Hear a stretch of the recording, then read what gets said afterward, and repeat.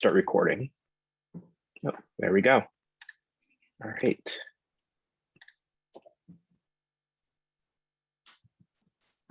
All right, so good evening, everyone. My name is Steven Tsujisaka. I am a board member of the Redwood Shores Community Association. First, I want to thank you all for joining us tonight to help us welcome and introduce MidPen Housing and the Mental Health Association, the co-operators of the Redwood Shores' new senior housing facility. Before we start the presentation, I have some acknowledgements to make on behalf of the association. First, we want to recognize our community leaders, County Manager Mike Callaghy, Councilmember Jeff G., Housing Department Director Ray Hodges, and Deputy Director Rose Cade, the County Board of Supervisors, and Redwood City Council for listening and addressing the community's questions and feedback through this process. We also appreciate Cynthia, Jan, Dominique, Felix, Nevada, Kim, and the rest of the MidPen team for the diligence, openness, and engagement with RSCA and the Shores community in this short window of time. Lastly, RSCA is incredibly thankful for all of our members over the last 51 years. Your support helps us keep Redwood Shores a wonderful community to live, work, and learn. If you are not a member, but enjoy our content and would like to support our efforts, I encourage you to please visit rsca.org/membership to learn more. Thank you, everyone. And now I'm pleased to introduce Jan Lindenthal, MidPen's Chief Real Estate Development Officer. Jan, the floor is yours. Thank you. Thank you, Stephen. Can everybody hear me okay? Yeah? Okay, great. Well, thank you, everyone, for joining us tonight. And thank you to the Redwood Shores Community Association for co-hosting with MidPen and Mental Health Association. We're extremely appreciative for the subcommittee of the board who has been so supportive during this whole process as MidPen and MHA have begun working on this community, and they've provided some great insights to us. So we just wanted to say shout out and thank you to Sue, Stephen, Rona, and Martha, and to Shannon, who was working some tech magic tonight before the meeting. So thank you all so much. My name is Jan Lindenthal. I'm the Chief Real Estate Development Officer at MidPen Housing. And we're here tonight to talk about the new senior supportive affordable housing community located at 1000 Twin Dolphin Drive, or as many of you know it, the former Town Place Suites Marriott. And I want to introduce the rest of my team that's here tonight. Melissa Platt from Mental Health Association of San Mateo County. Felix Au-Young, who's our Director of Business Development. Nevada Merriman, our Director of Policy. Dominique Cohen, who is Director of Health and Supportive Housing at MidPen. Janet Anderson, who is part of Dominique's team, supportive housing team at MidPen. Kim Torres, who's our Senior Director of Property Operations. Cynthia Lazard, who's our acquisitions analyst and has been just doing an amazing job behind the scenes, keeping all of us coordinated. And Ray Hodges from the Department of San Mateo County Department of Housing. So that's our team that's here with us tonight to we have about a 30-minute presentation that we wanted to walk through with all of you. And then we have a lot of time set aside for questions and answers. We brought all the people that we could think of to answer your questions, and we want to take all the time we need for that. And that'll follow the presentation. So the chat will be turned off during the presentation. So make note of your questions as we're speaking, and then we'll open up the chat at the end. And as I said, take your questions, and we have a lot of time set aside for that. So with that, I'll dive right into our presentation. I want to just start by sharing a little bit about the team of MidPen Housing and MHA. So we were selected by the county to manage and provide resident services at this property, but MidPen and MHA have been partners for over 20 years. We've worked together on projects in San Mateo County, such as the St. Matt's Hotel in downtown San Mateo, and at Mosaic Gardens at Friendly Acres right here in Redwood City. And so we're really eager and excited to be working together again on this project. MidPen, we are a nonprofit affordable housing developer. We were founded 50 years ago by a group of citizens in San Mateo County who were concerned about the lack of affordable housing in 1970. And so now here we are 50 years later, and we have built more than 120 communities, and we now work in 11 counties, from Monterey County to the south up to Napa and Sonoma to the north. Our mission is to provide safe, affordable housing of high quality, and we are a long-term owner, so we build our communities to last. We also believe that it's really important that our housing not just provide a roof over people's heads, but provide stability and opportunity in the lives of our residents. And we do this by building homes near great jobs, schools, and transit, and by offering on-site resident services, such as the free on-site after-school program in our family communities, like City Center Plaza here in Redwood City, and health and wellness programs in our senior communities, like Arroyo Green on Bradford Street, which is our newest community. It's over by the Kaiser Hospital that we just opened up, and that Kim and her team are actively leasing up as we speak. And we work to ensure that all of our residents are able to live in dignity, harmony, and mutual respect. This is core to our mission. And we'll have at least 6 full-time property management and services staff at this property, helping to shape a community that fulfills these values. MHA's mission statement is to develop affordable housing for individuals with mental illness, and they've been doing this in San Mateo County since 1986. Their mission strives to provide hope for their residents by providing shelter, support, and opportunities for people affected by mental illness and HIV/AIDS. So I'm going to share a little bit more detail about MidPen's experience now that I've introduced our team to you, and then Melissa's going to share a little bit more detail about MHA's experience too. So as I mentioned, MidPen has deep experience building and managing and providing services at affordable housing communities throughout San Mateo County. About 1/3 of all the communities that we've developed over the years are right here in San Mateo County. 7 of those are senior communities, and 6 are supportive housing communities. So we have a lot of experience operating and providing services at communities just like the one that we will be operating here in Redwood Shores. We also have a lot of experience here in Redwood City. We built our first community here back in 1983, and that's called Redwood Court. Today, we manage 4 communities that serve 280 households here in Redwood City, and that includes Mosaic Gardens, which is the middle picture here on this slide. That's in the Friendly Acres neighborhood, and it was an existing property that we acquired and did a substantial renovation of. City Center Plaza, which is right next to City Hall, a family community. Redwood Court that I mentioned, and Arroyo Green, which is our newest community that recently finished construction, and Kim's team is now actively leasing it up, and there's seniors moving into that community every day. And Arroyo Green serves a very similar population to what we'll be serving here, extremely low income and medically fragile seniors, formerly homeless, and veterans.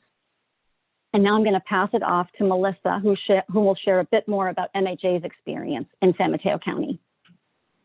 Thank you, Jan. So I think most people don't associate mental health associations with dealing with housing. So I want to give you just a little bit of background on how we got where we are with working in permanent supportive housing. Mental Health Association has been serving San Mateo County residents for over 60 years. Following the deinstitutionalization movement of the 60s and 70s, MHA staff and volunteers focused on identifying and evaluating housing resources for individuals returning to our community. We worked with the community to open the first halfway house in 1968, and then established a network of social recreational programs throughout the county to provide healthy, constructive daytime activities for these same individuals. The programs are called Friendship Centers, and they continue to this day. These programs informed us that as people lost income or needed to return to the hospital, they often became homeless. In 1986, we opened the first year-round emergency shelter in San Mateo County, which is called Spring Street Shelter. Since then, we've been working to develop safe, decent, and affordable housing for the community of individuals we serve, who are typically living on less than $1,000 per month.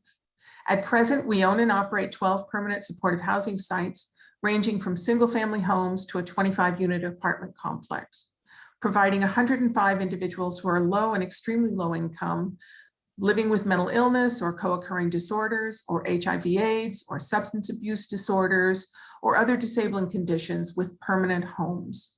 We provide all of the on-site support services, as well as connecting residents to medical, mental health, vocational, educational, and financial entitlement programs, in addition to providing community building, support, and activities. Now I'll pass it to Kim Torres, Senior Director of Property Operations.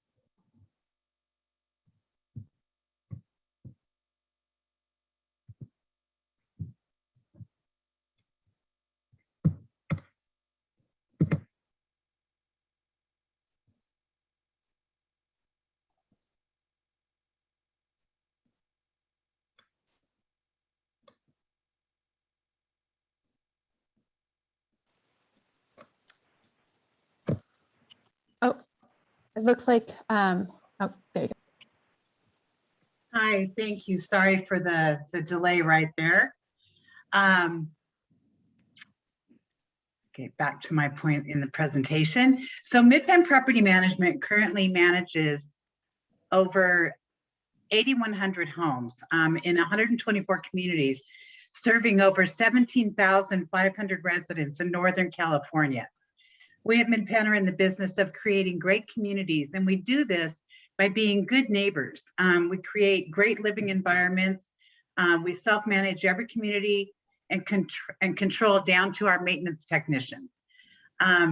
We also do this by empowering residents, not just the building, but investing in people through strategic services, building beautiful homes that are built to last and are well-maintained and resilient.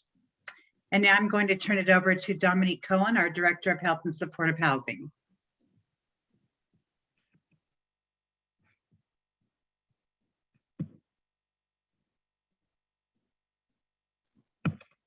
Okay, thank you, Kim.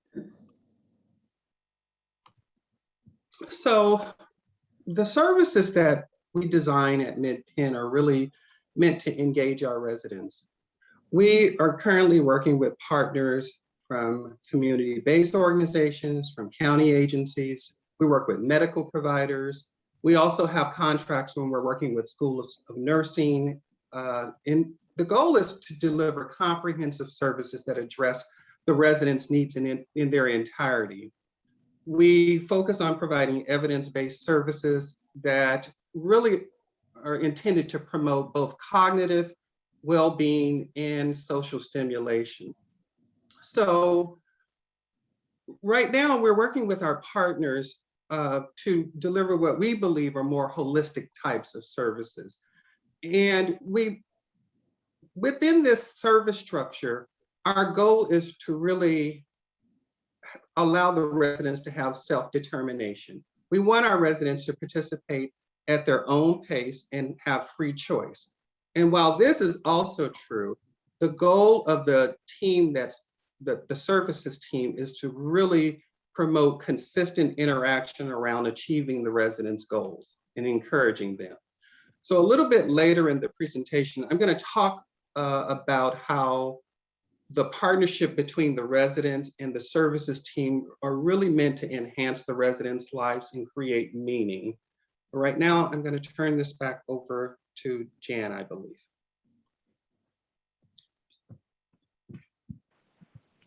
To Melissa. Okay. Thank you. Okay, thank you, Dominique, Jan. So just for information, Mental Health Association's main goal for this program, as with all of our programs, is to help residents address the essentials of obtaining and maintaining housing as the foundation for improving their quality of life. Housing means everything, and it's really hard to take a second step if you don't have it. MHA case managers are all trained in motivational interviewing, trauma-informed services, and harm reduction.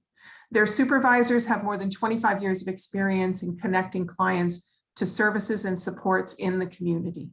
We have experience providing medical case management, occupational services, and interventions, and collaborating with external partners to coordinate care. A typical MHA case manager working in a residential site that we own or in working in a residential site in partnership with MidPen has a primary role with a segment of the tenants and a backup role with the others. so that we can cover everybody, but everybody knows who to go to primarily.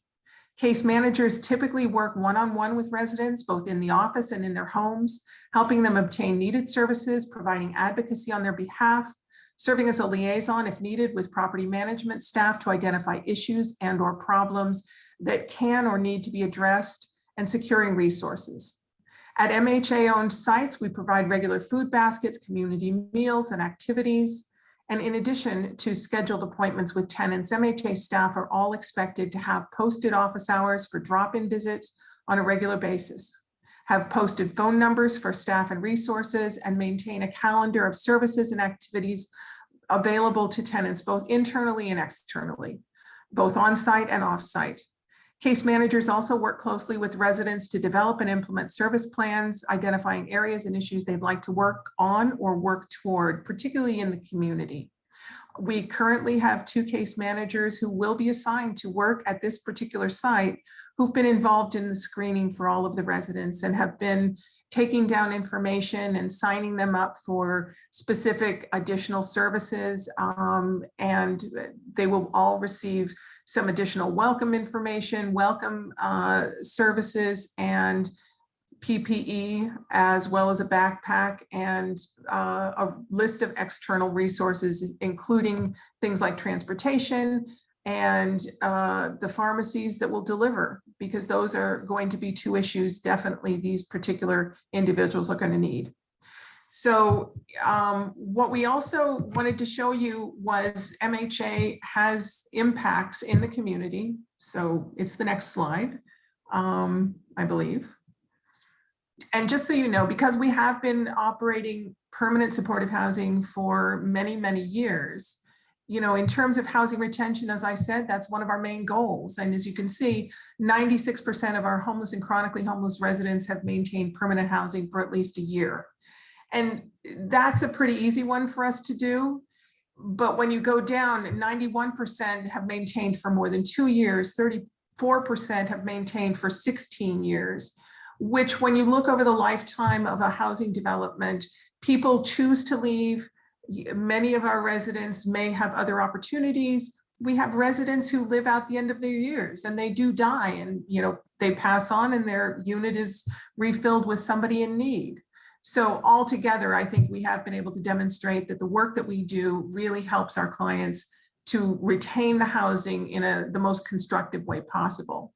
And we also have 257 community-based, formerly chronically homeless clients who have maintained their housing. 80% have maintained their housing for 4 or more years, or since the start of that particular program.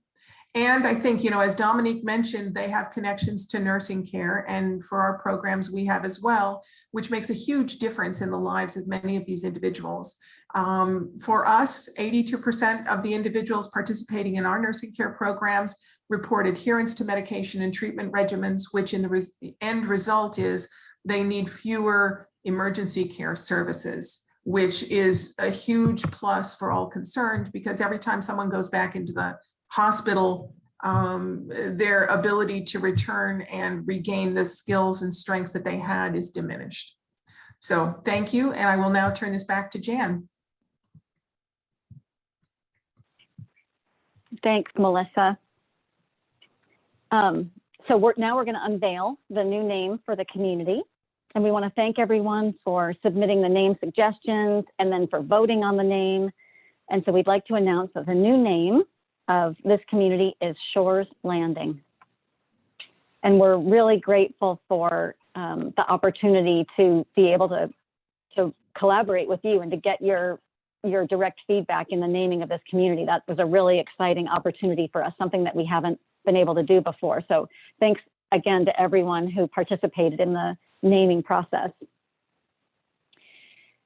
So now I'm going to give you a little bit of background.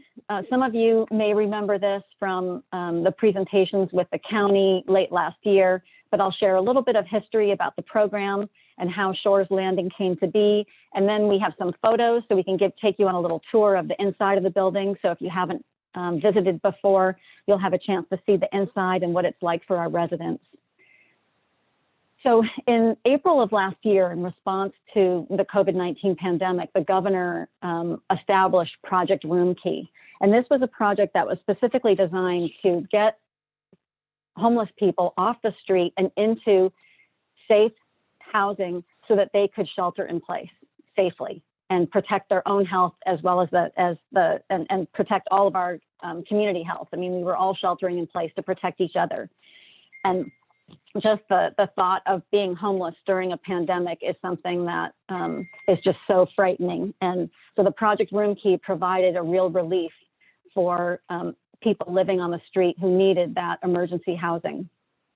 But it was just that, it was emergency housing. So it wasn't intended to be a long-term solution.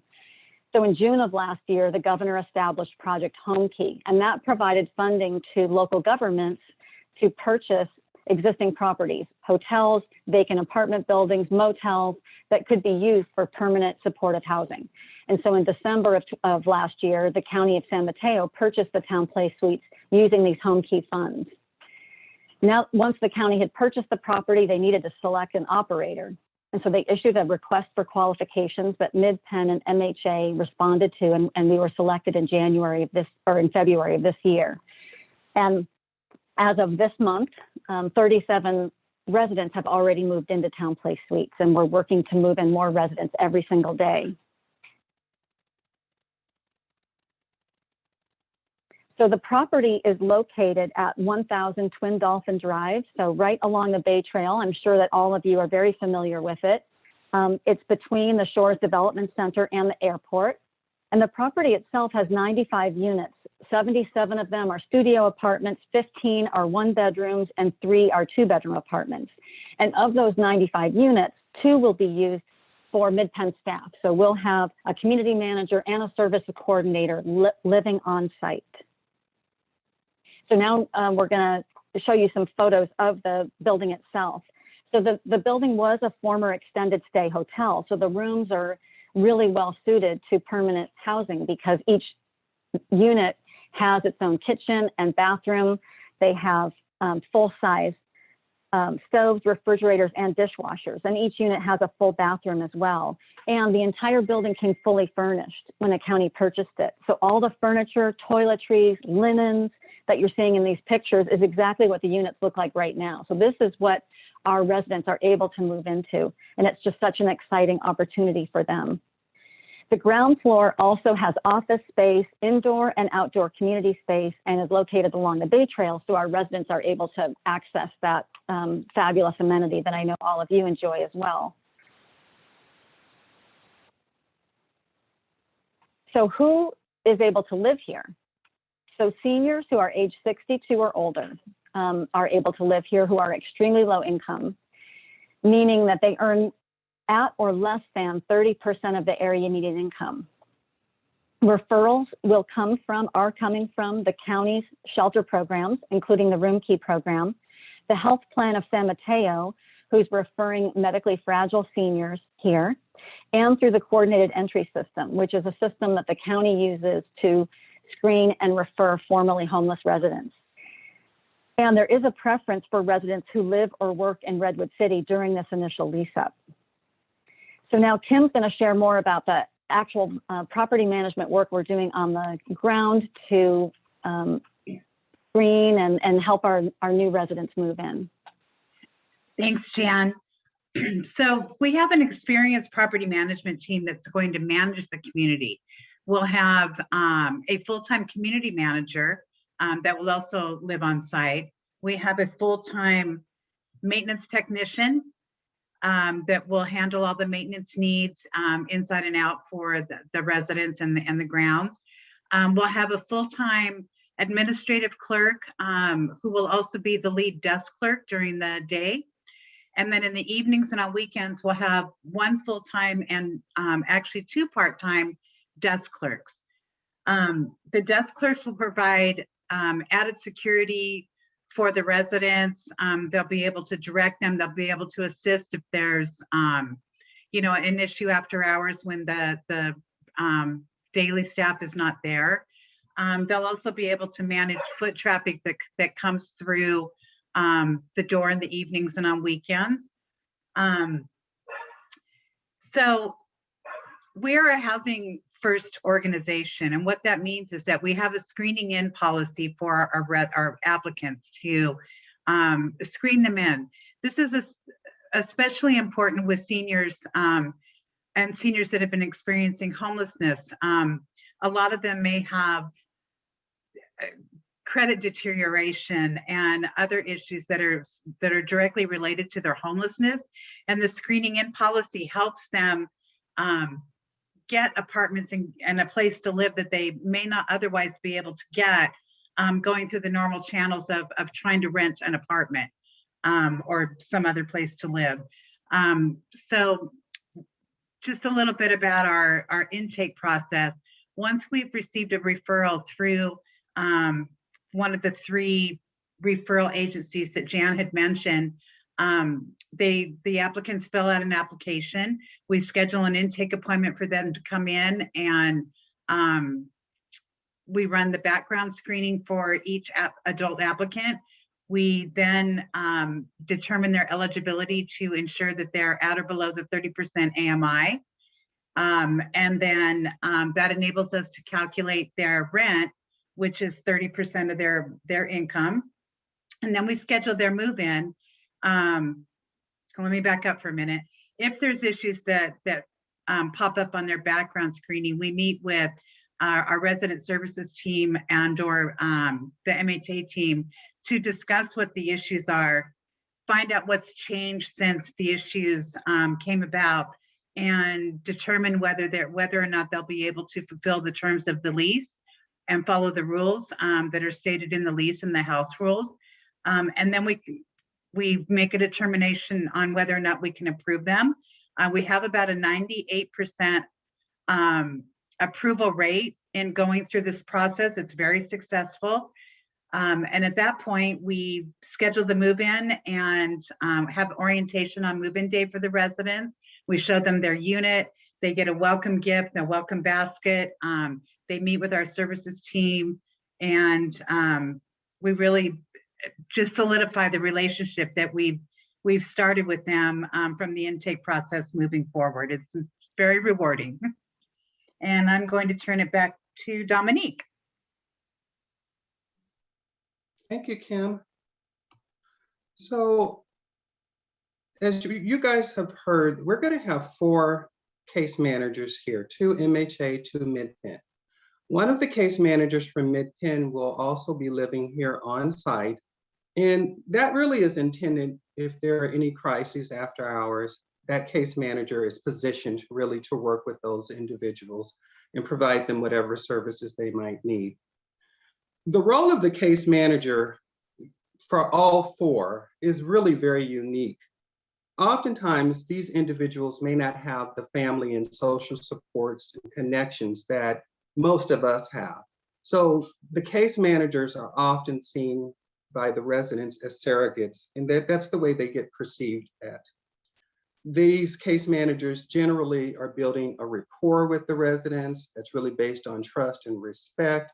And I think Melissa spoke earlier about utilizing a technique called motivational coaching. Well, this is a technique that the case managers really use, and it really helps the individuals resolve ambivalence and bring clear purpose and focus around goals and accomplishing them. During the intake process that Kim talked about, our services teams really have an important role. We begin doing our intakes, and we are looking to address any needs that we think the residents may have. So we're working with the residents to find out whether their healthcare needs, if they have mental health needs, basic needs like nutrition, what are their transportation needs. All of those get assessed at the time of intake. We also believe that resident voice is really important in creating a sense of community and the programming that will be offered. And so during the intake process, we really ask the residents about things that interest them. What did they do in their previous life? What would they like to do? We want the residents to have purpose and to really be contributing members of the community. We take that information and we develop what we call an individualized service plan. That individualized service plan has goals. It has just general things that the resident may want to work on improving. It could be things around their health. It could be things around, I may want to even get a part-time job. It could be, I want to volunteer. So there are just goals in areas of a person's life that they want to improve. But that individualized service plan is what the case managers utilize in, it's like a checkoff list. They, small incremental changes, and we begin to celebrate those changes when residents begin to achieve those things. Some of the programming that we really are planning at this property is, I think, unique and innovative. Obviously, we're going to have health education programming. We're working with older people who may have chronic health conditions. And so we will definitely be bringing on-site health education. We will likely have nursing. We have contracts with Samuel Merritt and at many of our communities, and they provide nursing services. We also have contracts with Balance Therapy to provide PT and OT services. So we believe that's going to be a part of the services we provide. We'll likely be providing computer instruction and assistance. Nutrition education will definitely be a part of what we will do, and we will have cooking demos. We believe that we're going to be offering smaller group classes at this particular property, which is probably a value add. Another program that I'm really excited about, we're going to be offering art therapy here. We've done this at some of our other communities also. A community that we have in Salinas, we're implementing art therapy. And we've really found that this art therapy helps our residents. It can be really frustrating and disappointing when you are homeless and not knowing where you're gonna lay your head. So understandably, some of our residents are dealing with how to process that. They haven't received the type of family support that they thought they may have received. Maybe they didn't plan well with their money. There are a myriad of different reasons, but art therapy has really been found to be a really good way for residents to have outlet. Some of the results that we've seen with many of our programming throughout our portfolio is for our supportive housing residents, we have between a 95 and a 98% housing retention rate. And that's pretty impressive considering the industry is between 75 and 80%. In our senior housing, we have generally anywhere between a 91% year over year. And you might ask yourself, well, why the difference between senior housing and permanent supportive housing is that sometimes with our seniors, higher levels of care become necessary, and we will help residents transition to skilled nursing facilities if that is the case. So it's all in the best interest of the individuals. We see 85% improved health outcomes with this population also. So I think the services that we have been providing and that we plan to provide here are really comprehensive, and they are intended to address the needs of the residents. So I'm going to turn this back over to Jan. Thank you. Yeah, thanks, Dominique. Well, I mentioned that we've had a lot of great collaboration and support from the subcommittee of the board. And as soon as MidPen and MHA were selected, we had a meeting with the subcommittee to introduce ourselves, and they immediately brought issues forward that they had heard from many of you about issues that they knew were on folks' minds or were going to be issues that we would need to be thinking about as we began operating this property. So we just wanted to provide a status update. This is by no means an exhaustive list. I'm sure we'll hear about some more questions and concerns this evening, but these are some of the ones that the subcommittee of the board brought to our attention, and we wanted to provide a little status report on how we've addressed them.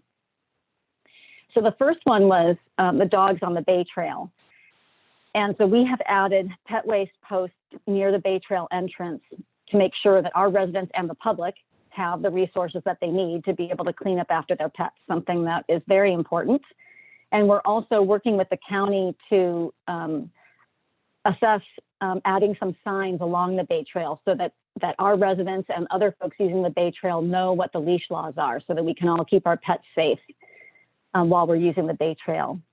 Another thing that we heard from some of the board members was, of course, the building itself is a non-smoking building, but being able to provide outdoor space for our residents to smoke, and to make sure that that is in a location that is far from the child care center and from the Bay Trail. So what we've been able to do is transform 4 of the parking spaces into an outdoor community smoking area, and we'll have benches there, raised planters, and a garden box and trash receptacles. So it'll be a safe space for our residents to sit and smoke and do that outside. The other thing that we heard from some of the board members is concerns about the access to transportation services in this neighborhood. And so I wanted to ask Dominique to speak about how we're approaching that challenge and working through that with our residents to make sure they have the supports they need.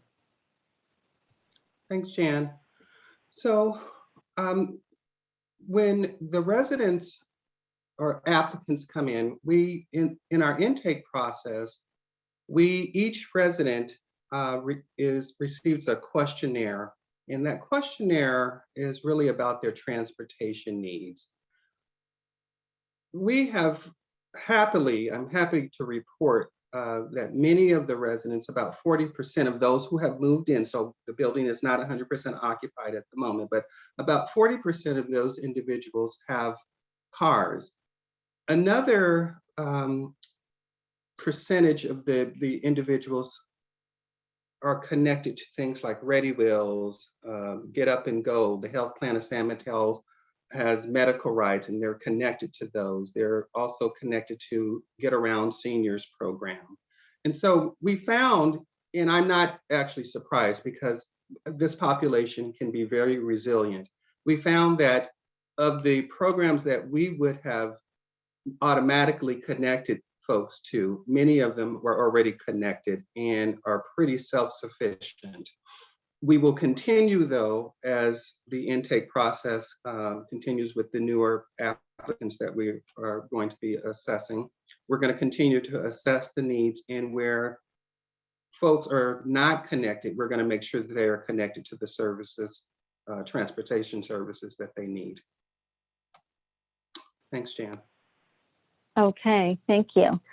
Well, thank you to all of you for being so patient as we went through our presentation. We're now going to turn the chat back on so that you can put any questions that you have in the chat, or you can use the raise hand feature to raise your hand, and we're going to alternate. Steven's going to call on people who raise their hand, and good, I see one already from Robin, and we'll alternate between questions in the chat and people who raise their hand, and we really look forward to answering your questions.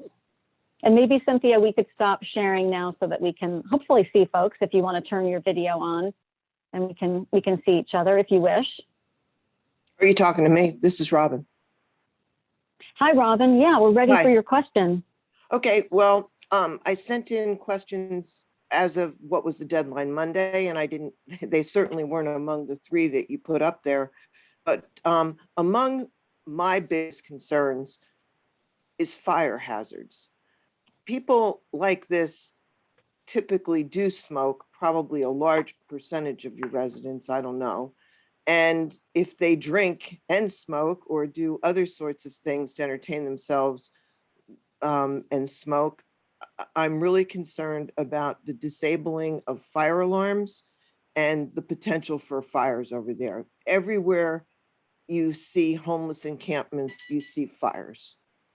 And I want to know what is being done to prevent a tragedy for not just the residents of this place, but also Redwood Shores. Right. Okay. Thank you, Robin. Kim, do you want to start by sharing just a little bit about kind of house rules and expectations, and then maybe Dominique can share about our experience working with formerly homeless adults? And yeah, sure.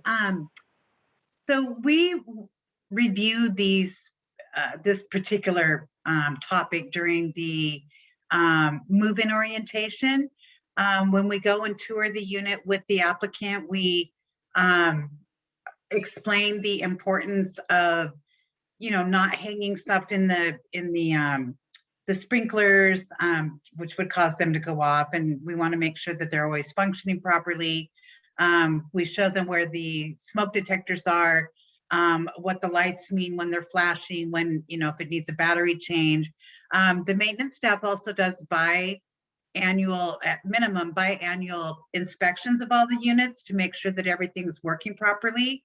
The fire department will come out and also do inspections at least annually every year to make sure that our systems are working properly.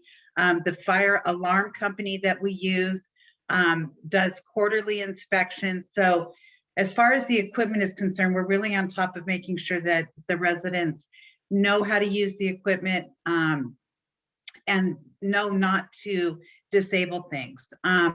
If we find that a resident is not following the rules as they relate to fire safety, we immediately begin discussions with the resident to further educate them on the importance of whatever it is that they've maybe disabled or covered or something.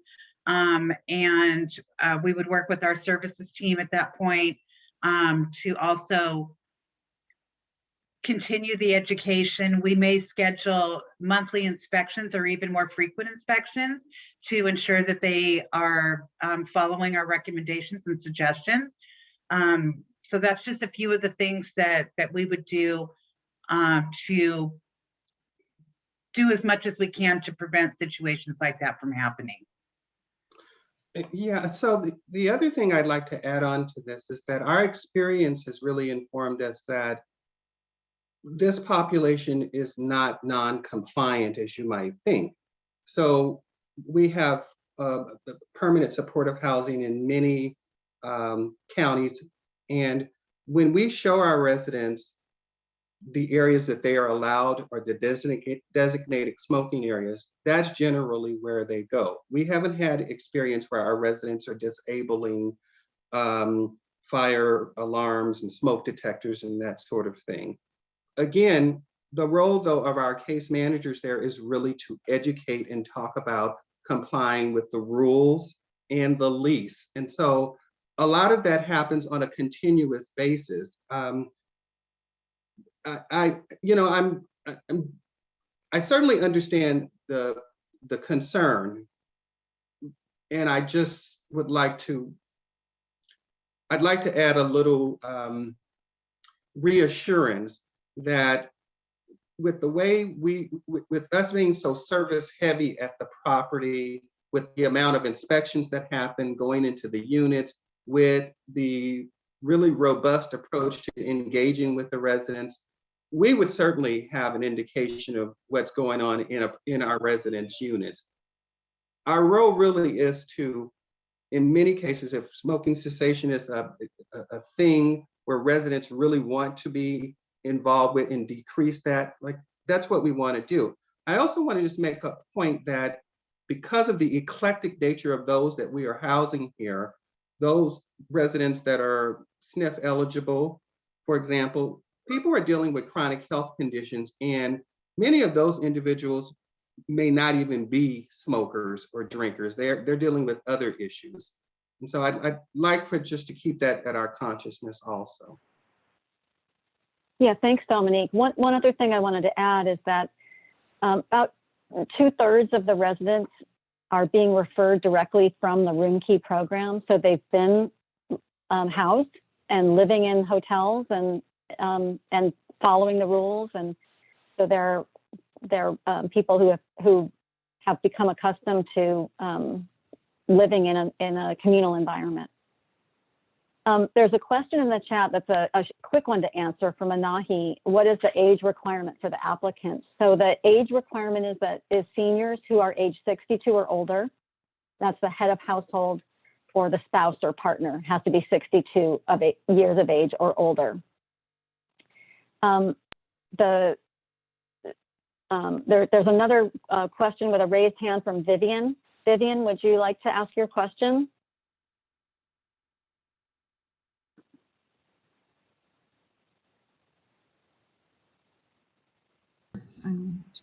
Thank you.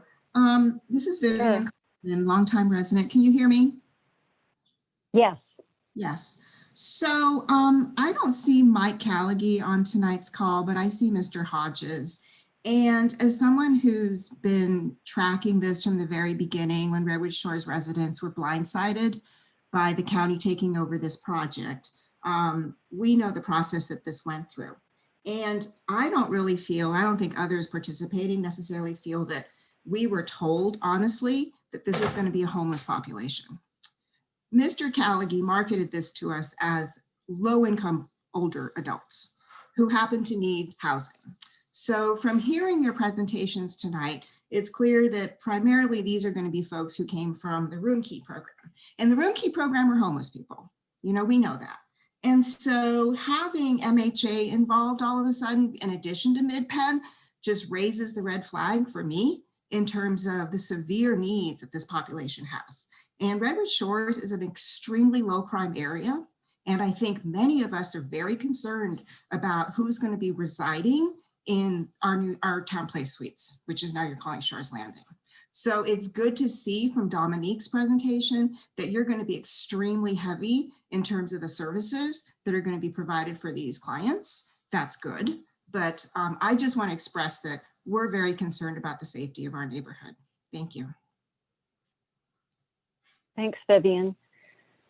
You know, I think that what you have expressed is a common fear. And I would just share that the residents that will be living here, the residents who are living here, there's 37 who have moved in, are people who have come on hard times perhaps, but are not criminals. These are people who are trying to make positive changes in their lives, and getting supportive housing that's affordable for them is like a critical first step for them being able to make those changes. And these are people who are seniors, so they're older. They've lived often very full lives and have had a hard turn of luck for a variety of reasons, as Dominique mentioned. So I would just really, I think that I believe what you will find when welcoming these residents into your community, as we've heard from quite a few folks from Redwood Shores, their desire and commitment to welcome these folks into your community, that they are no different than any of you. They want to be happy, they want to be healthy, they want to be able to visit their grandchildren, they want to be contributing members of society. So I would just encourage you to hold that vision, which our experience operating permanent supportive housing like this tells us that that's who these folks are. They are not people to be feared. They are people to be supported and helped. Ray, I don't know if there's anything that you wanted to add in terms of Vivian's question about the history of who the county intended to serve here. No, I mean, I think just to, reiterate what we've talked about from the start, and Jan, you went through this, up front to it, the population to be served here always has been 100% of the building is going to be seniors who are earning extremely low incomes. And we have a priority to get people who are in the Roomkey hotels living there for the last few months out of those spaces, and into permanent housing, so that they don't end up back on the street when the Roomkey program ends. And then serving folks who are medically frail, which it looks like we're going to be able to do for about 15 seniors who are getting services from the county, and will be getting the added services of MidPen and MHA here too. And then it looks like we may have a few leftover units that could serve formerly homeless seniors here as well too, like Jan said, referred through our coordinated entry system. So all of these folks would be linked up with services from the county. We have the added benefit now of having services provided here by MidPen and MHA. And I just wanted to add the inclusion of MHA has much less to do about any particular thoughts about any residents who could live here. I'd like to have MHA, Melissa's organization, involved providing services on every affordable housing development that the county finances. I mean, it's a treat to be able to have Melissa's services on top of the services that MidPen's going to be providing here. The skills that those two groups can do, I mean, we've got the best, in California, basically, at providing services between these two organizations. So, to the extent that there is any concern about the folks who'd be living here, I think you're hearing tonight from MidPen and MHA about how they are fully prepared to work with the residents. Great, thanks, Ray. And, Robin mentioned that she had submitted a question early ahead of time, and I had failed to mention that we did get some questions in advance. And one of them was the one that Robin asked herself. But Cynthia is gonna ask one of the other questions that we got in advance that have to, and there were quite a few questions right around the same topic. So Cynthia, do you wanna kind of paraphrase what that question was? And then I think Kim's ready to answer it. Yeah, thank you, Jan. So as Jan mentioned, there were several questions submitted in advance of the meeting about kind of the expected behavior. And Kim, I'm wondering if you can just tell us how MidPen qualifies residents who are referred to this community, and how we ensure that residents are compliant with the lease and house rules.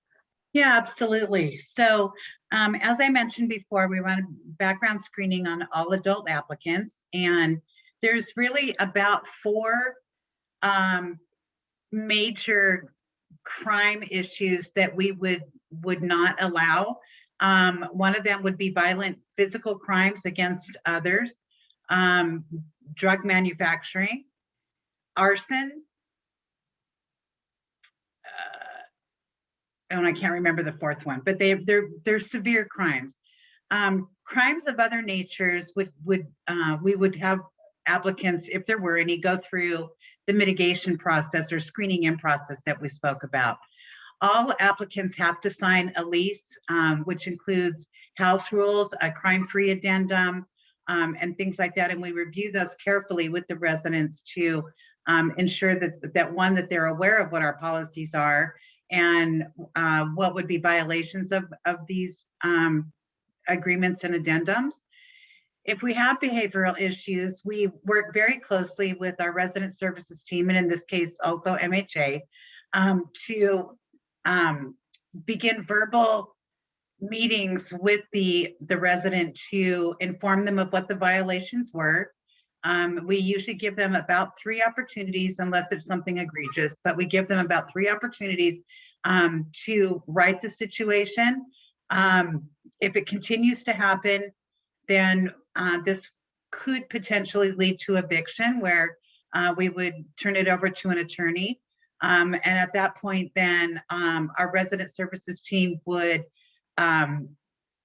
do their best to find alternate housing for the residents so that they're not put out on the street again. But we do take these, we take our house rules and the lease policies very seriously. This is one of the additional reasons that we have the desk clerks, to ensure that there's evening coverage and weekend coverage, and that folks aren't, they continue to follow our policies even when our permanent site staff is off. I think that's it on that question. That's great. Thanks, Kim. So I don't see any other raised hands at the moment, but please do if you'd like to ask your question yourself. A question that I'm seeing in the chat here is what are the requirements and criteria of your admission process? And I think you've kind of walked through that in quite a bit of detail, Kim. So Anahi, if you have a specific question related to that Kim hasn't spoken to, please put that in the chat. Another question from DeMonte is, do residents buy their own food and prepare their own meals? Dominique, do you want to answer that one? Yeah, sure. The answer is this is complete independent living.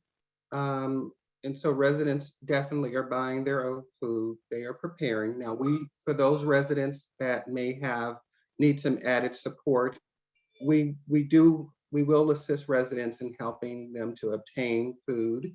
And we might connect them to things like Meals on Wheels, for example. which is for those folks who have chronic health conditions and who can't prepare. Meals on Wheels is a pretty good nutritional program where they're receiving the nutrients that they need. We will likely also on-site offer food distribution to our residents because, again, these are low-income individuals. But in terms of your question about whether or not we prepare in our cooking demonstrations, the things that we'll be doing, yes, but not offering food on a daily basis.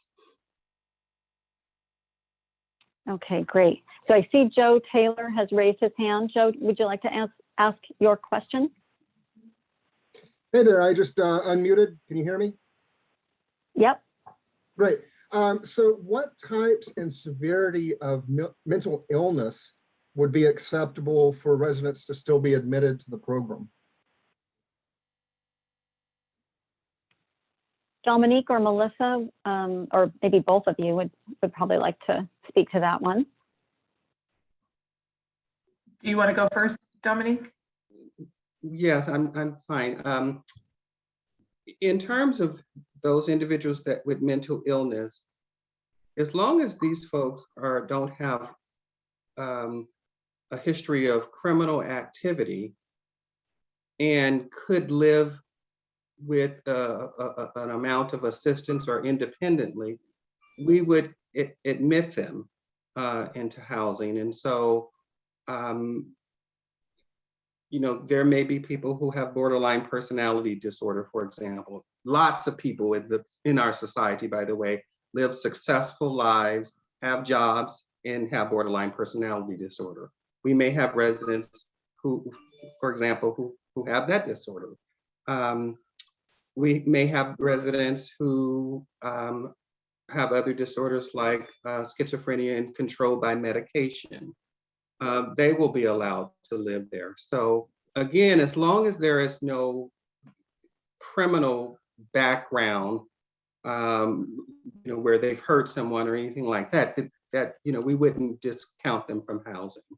And in fact, this is the population we want to work with because we believe we can make a difference, real substantive change in their lives.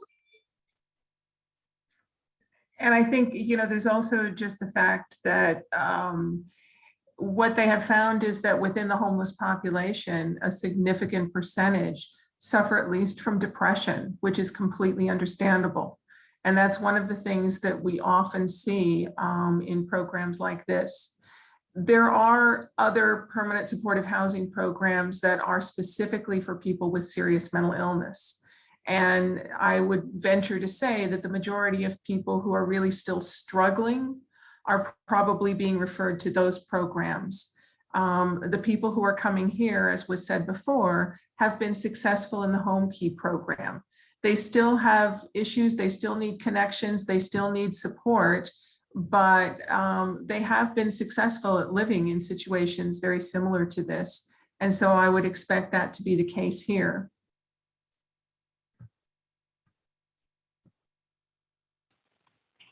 Okay, thanks, Melissa. So let's see. Thanks, Joe, for asking that question. The next question is from Chin Yin. Would you admit any tenants with an ongoing substance abuse problem? Dominique or Melissa or Kim? Dominique, do you want to start with that one? Yeah, sure. If we have individuals that have substance abuse problems, potentially we would admit them, but we would begin immediately working with them on reducing their activity. I mean, the bottom line is that many people have alcohol problems, for example. We'd be making connections for them to manage that. And I think Melissa spoke earlier around harm reduction, which is a technique that's utilized when working with individuals with alcohol and substance use problems or disorders. For example, it is a real problem. Sometimes people need just a little bit of assistance in connecting them to the right services. We found that after people are in housing, are able to stabilize, they're able to successfully work on those problems and reduce those types of occurrences. So, I mean, the answer is yes, and we'd be proactively working with our residents to address those issues. And I think the overall goal really is to keep people in housing. And when drug or alcohol use gets out of control, then their behavior makes them ineligible for ongoing tenancy. But that's why the intensity of the case management services, so that we can help them manage their behavior and maintain the housing that's so very, very important to them.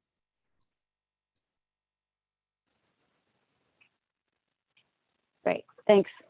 Thanks to both of you. These are great questions, and you're all asking the questions that are I'm sure on the minds of other folks who maybe are not able to attend tonight. So Bill Mallett posted a question or a comment in the chat saying that the Society of St. Vincent de Paul provides basic services and a supportive connection with the communities in which our neighbors in need live. We visit those who call on us at their homes with deep respect and empathy. The Shores Landing is within the St. Mark Parish. We of St. Mark, St. Vincent de Paul also visit neighbors at 800S. Assuming that the Shores Landing residents may wish to call on St. Vincent de Paul on occasion, how should we start building a relationship so that we can serve most effectively? So first of all, thank you, Bill, for your offer of partnership to us. And I will let Dominique answer that. Yes, thank you, Bill. The case managers, so first of all, I would really want to say, I really appreciate this question, but the case managers are really well connected, and their role is to begin to outreach to organizations such as yourself. So Janet Anderson is on, and Janet will likely be making those connections once the building is completely occupied and we understand the needs of our residents. I want to say though, Bill, what I appreciate about this question is you understand that residents will come and they have some unique needs. What we're finding with this population is some of the things we assumed that they would need coming into housing, they didn't. Many of these folks, clothing, some people had their own furnishings, and should individuals need to have assistance around the things that you've identified, we certainly would be making those connections though. But I'm really pleased that, again, this population is much more resilient than I think we're giving them credit for. They're a little bit more put together than you might really think.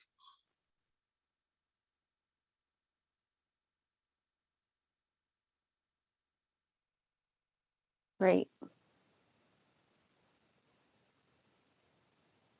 So there's another question. Again, I don't see any hands raised, so I'll go to the next question in the chat, which is from Robin. And I think, Melissa, you've addressed this, but it's probably bears repeating. Her question is, if a resident is evicted for bad behavior, where do they go? Become a homeless person on the streets of Redwood City? So could you speak a little bit about that? I think, it's sad to say, but there is no 100% perfect program for everyone. And so there are people for whom a program works and others for whom it doesn't. But I think from the time somebody moves in, the purpose of the intensive services is to A, help them succeed and be a successful tenant, but B, if it doesn't look like it's going to work, to start looking for alternatives. And fortunately, I think with our experience, with MidPen's experience, we are able to refer people to other programs, other resources.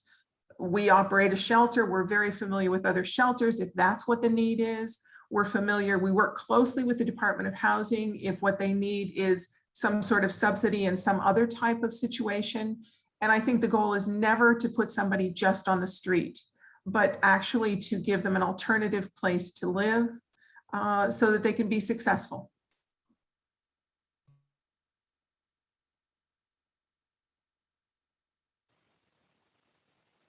Okay. The next question in the chat is from Joe, and we already answered that one. He asked it live. So we have another question from Vivian. So she asks, there's no manufacturing of drugs, but can residents do hard drugs? Does registered sexual predator qualify them to be housed there?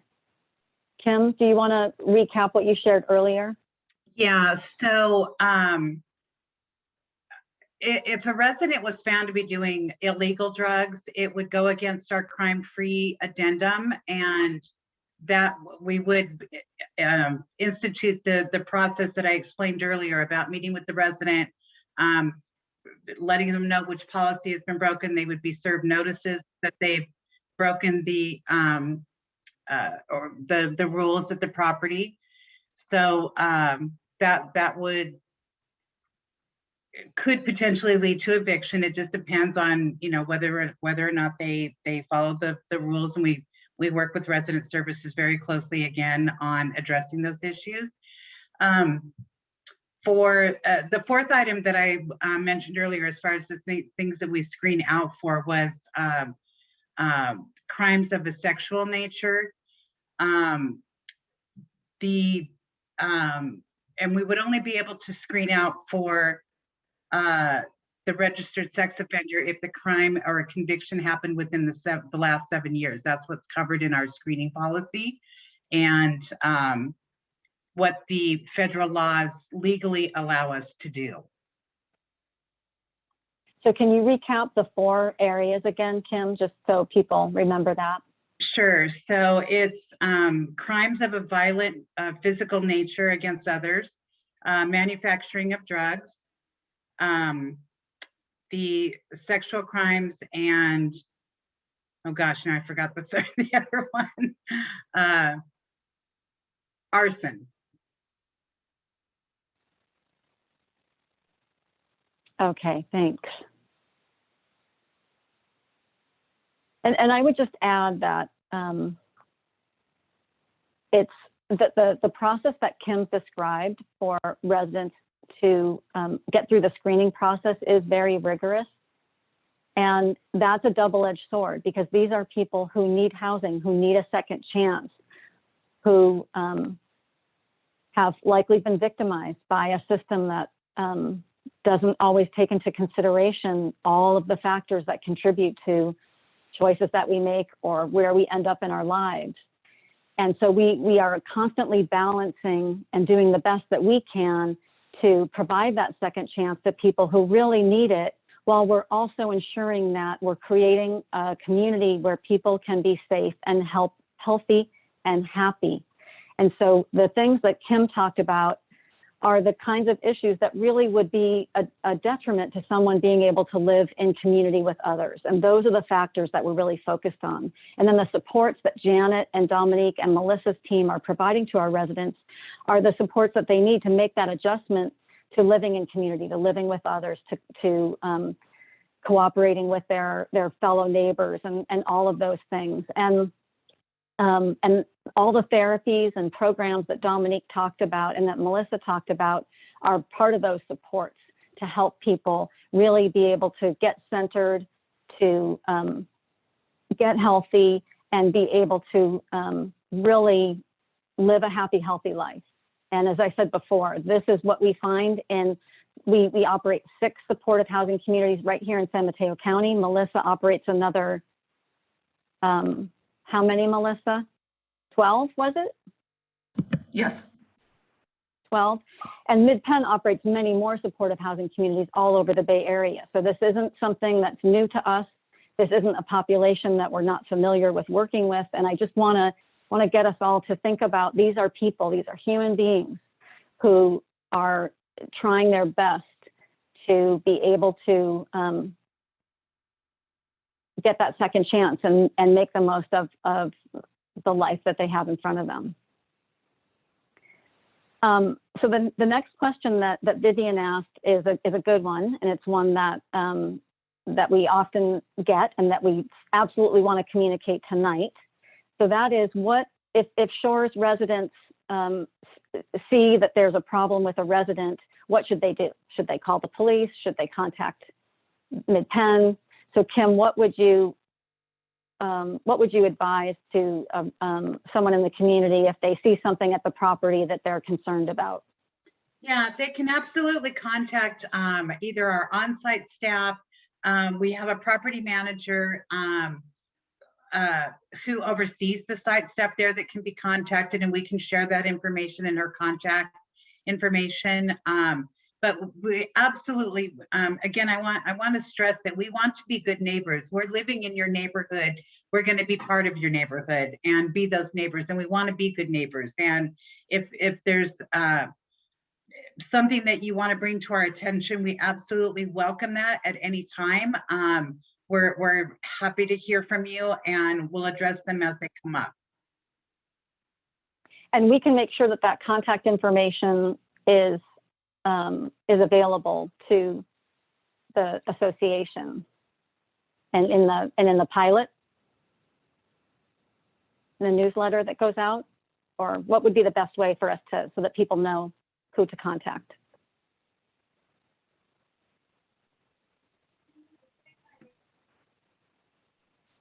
If that question's for me, yeah, we can put it on our website later on, and we can have more information. And I know that Cynthia does have a website for the property already, so we can also include information on there as well. Great, thanks, Stephen. Okay, so again, I'm not seeing any hands, so I'm going by the questions in the chat. And the next question is from Andrew. How long are the lease terms, and what happens if their income changes for the better during the term? Good question. Kim, you want to take this one? I'm sorry, what was the question?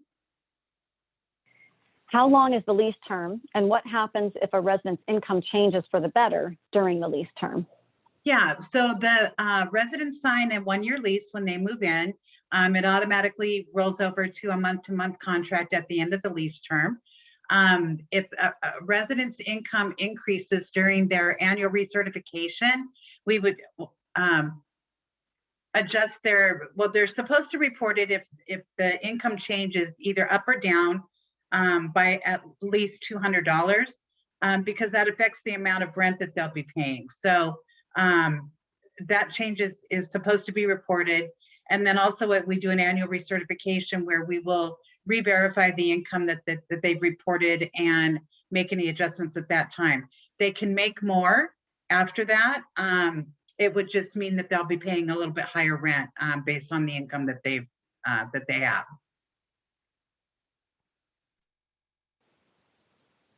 Okay. So the next question is from Amy. What are the visitation policies? Hours, overnight stays, number of people, etc. And that's a good question because our house rules actually lay out some pretty strict guidelines around that. Kim, do you want to share what those policies are? Gosh, I am so sorry. The policies about visitation, overnight yes. stays, number of guests. So folks can have visitors at any time, day or night. We do have a restriction in the lease that says that they can, if they're staying the night, they cannot stay any longer than 7 days in a row or no more than 21 days in a year. At that point, they're no longer considered a guest and they would either need to be added to the lease or they would be in violation of the lease. And I believe folks will we will establish a policy whereby visitors will be checking in with the desk clerks when they come in. They'll have to sign in and let us know who they're visiting so that we can keep track of that as well. Okay. So Andrew asks, will there be an open house for the community? And Andrew, I'm assuming you're meaning, will there be some kind of an opportunity for residents of Redwood Shores to come to the property and to have kind of a grand opening type celebration? Is that what I'm understanding there? I don't know if you can unmute yourself, Andrew, and just clarify your question. Yeah, Yeah, so I'm asking, will there be a chance for the community to keep COVID aside, but once things are more improved, that the community will be able to interact and work with the people at this institution, this property, to help them volunteer, interact, and make them part of the community. Yeah, wonderful. Thank you. Thanks for clarifying that. Yes, absolutely. That's the kind of those are the kinds of opportunities that we want to create. And in talking with the members of the association's board, they had a lot of ideas of ways that we could both invite the residents to be part of a lot of the events that the association sponsors, and also invite community members to be able to volunteer and provide different supports at the property. So we welcome that collaboration. And that's sort of related to Mary Ann Michael's question, which is, as a community member, how can I best support the development's residents? And so maybe I'll put this to Melissa and Dominique and Janet to see if you have any examples from other communities, or if you have some specific thoughts for Mary Ann about how community members can best support the development's residents. Go ahead. You can go ahead, Melissa.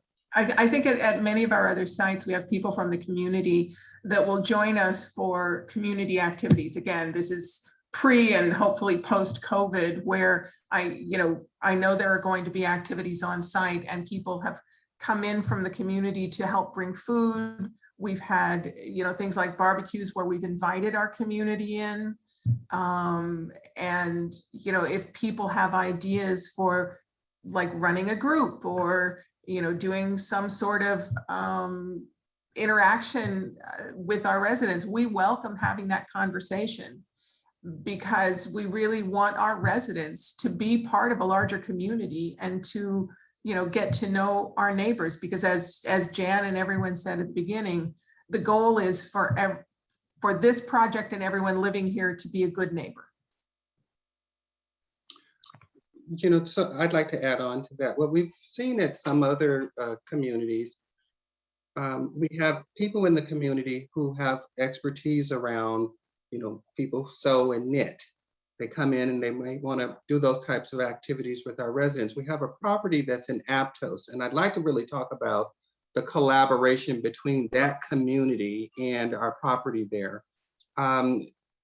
We've sponsored community potlucks and barbecues with the neighbors, and they've come over. We have playgrounds that there for it's a supportive housing property, but we have a playground set, and the community's members, their children, they come over and they interact and play with the children that are there. So there are really opportunities for the community to get involved, and I think to extend a welcome to these folks, and vice versa. You might really be surprised to find out that these folks really would like to probably be a part of the community and even volunteer within the community for those who are able. And we'd like to certainly work with you all to create those type of opportunities also. So it's not about just you all coming to give to them. They want to give back to the community also.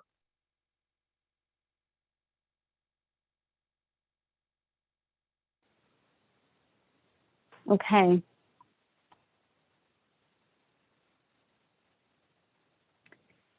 So there's two kind of questions related to the issue that we were speaking about earlier, in terms of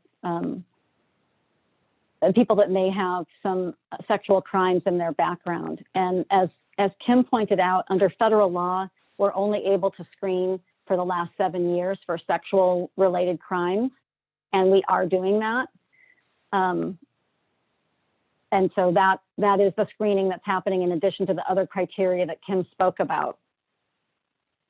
In terms of the proximity to the child care center, Chin Yin asks, is it possible to ensure that no risk comes to the children in the development center next door from these tenants? And I would just reiterate, these are not people to be feared. These are human beings that are coming into your community, that are trying to live happy, healthy lives. Some of them have jobs, they're grandparents, they have children. they, so I think there's a perception here that that only time will be able to change by your getting to know some of the folks who live here and really them having the opportunity to become part of your community. So let me just see if, so there's a question here from Ray about, will you house mental health seniors with their disabled adult children and their disabled underage grandchildren as one household? Kim, maybe you could answer that question from the technical standpoint, but then we could also share kind of what our experience is in terms of what we would expect to see based on who's moved in so far and what we typically see in these senior communities.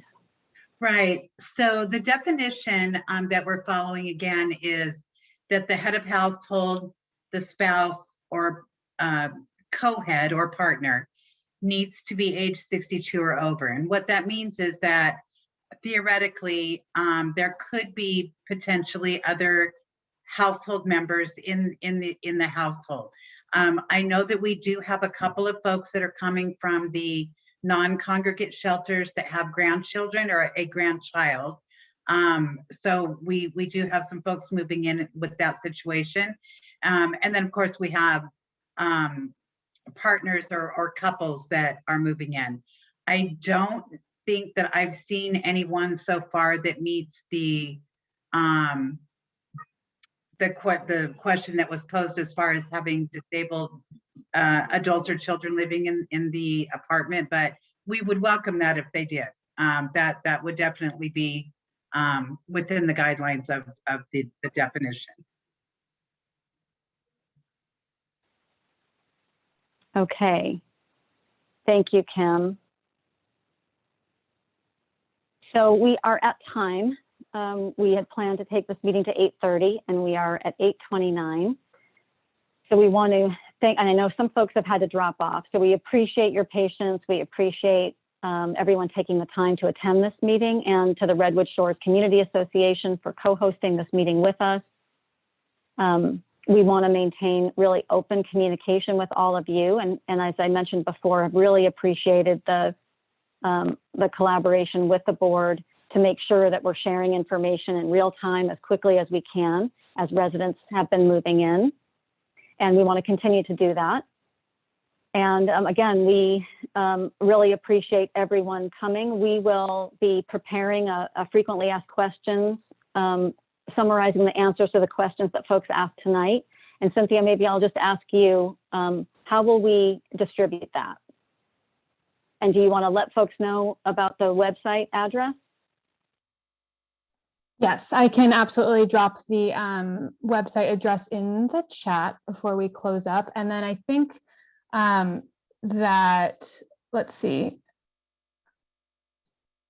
I think the best way, I can post maybe a link to the FAQ on the project website, and then maybe Stephen can also send out an email blast with the questions to his email list.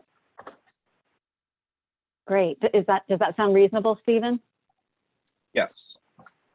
Okay, great. So, okay, the website is in the chat, Homekey Redwood Shores -midpen.com. So please check that out. And probably within, what would you say, Cynthia, maybe a week to 10 days, we'll have the questions and answers up on the website? Yeah, I think that sounds good. Okay. All right. Well, thank you all again for attending tonight. We really appreciate it. Have a good evening, everyone. Thank you. Thanks, everybody.